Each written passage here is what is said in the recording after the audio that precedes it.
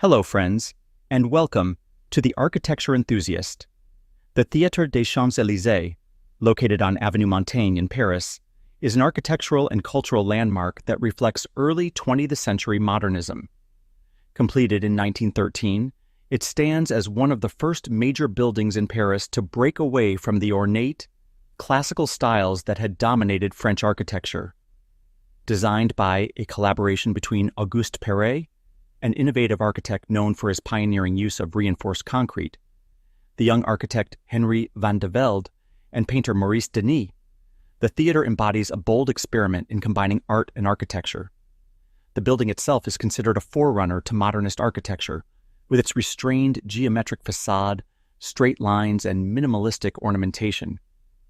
Approaching the theater, your eyes are immediately drawn to its pale, neoclassical simplicity, a departure from the ostentatious style of the Belle Époque that had previously dominated Paris. The elegant white marble facade has clean lines, with subtle decorative elements that reflect a new architectural language, modern, yet still respectful of tradition. Its innovative use of reinforced concrete, rather than traditional stone, gives the structure a sense of both solidity and lightness. This functional approach to architecture, which places emphasis on form following function, was groundbreaking at the time.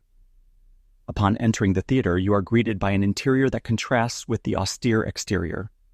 The lobby is spacious, with beautiful Art Deco murals by Maurice Denis and sculptural reliefs by Antoine Bourdelle, which adorn the walls.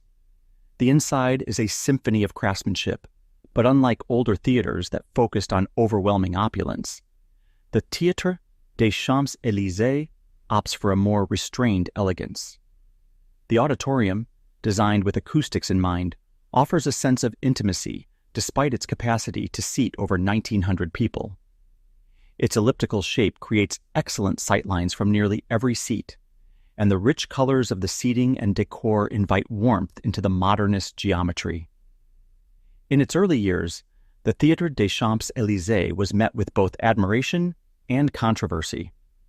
When it opened in April 1913, it immediately became associated with cutting-edge performances, most famously hosting the premiere of Igor Stravinsky's The Rite of Spring in May 1913.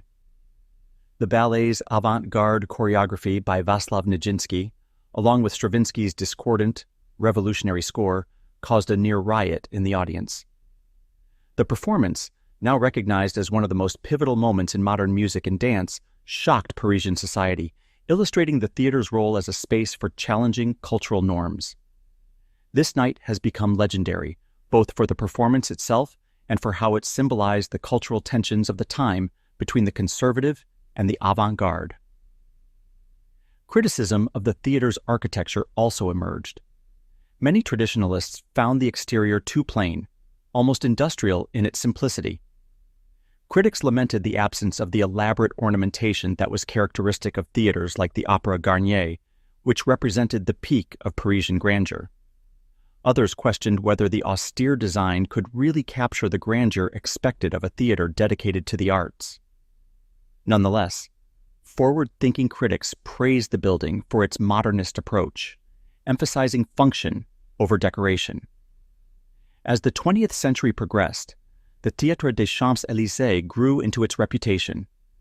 It became a home for classical music, opera, ballet, and contemporary performances, embracing its role as a space where tradition and modernity could meet.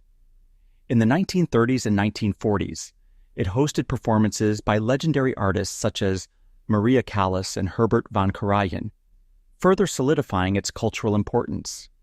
The theater's significance lies not just in its revolutionary architecture, but in its consistent promotion of the avant-garde. Over time, what was once seen as stark and minimal came to be appreciated as visionary.